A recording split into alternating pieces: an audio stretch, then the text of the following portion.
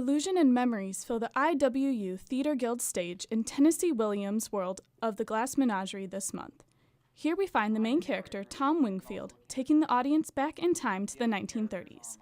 But the true story lies in the creation process, a side of reality that is often overlooked. Dr. Katie Wampler says the play is about finding reason behind actions on stage.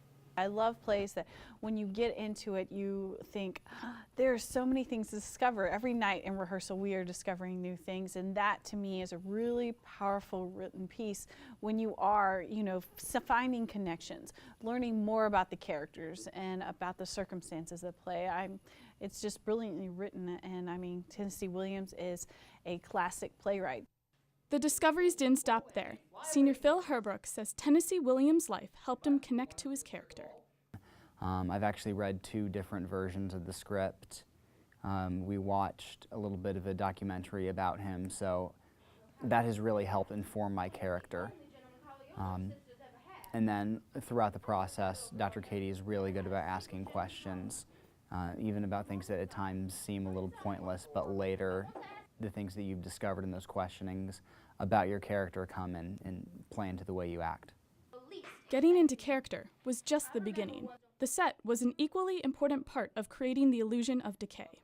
That this world is kind of falling apart, as you can see with the set behind me. But I was very specific with my set designer, saying, this is a realistic. It was set during, the realism time.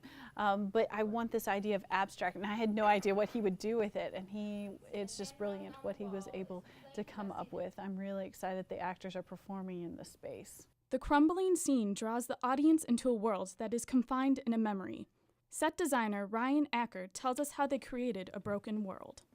Starting with that time frame that it was set in the 1930s, I just started researching what apartments and homes looked like back then to make it as realistic as possible.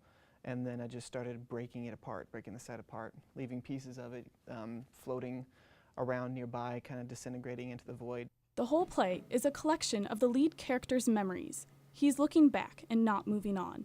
Here we see the theme of the show. Phil says how the human nature plays into everyday life. The fact that sometimes we do have to make changes in our lives, and sometimes relationships are broken in that process, but unfortunately that is necessary sometimes to become who we need to be. The reality is the same on stage and off. The people who influence the most are the ones we will never forget. For Crossroads, I'm Emily Walker.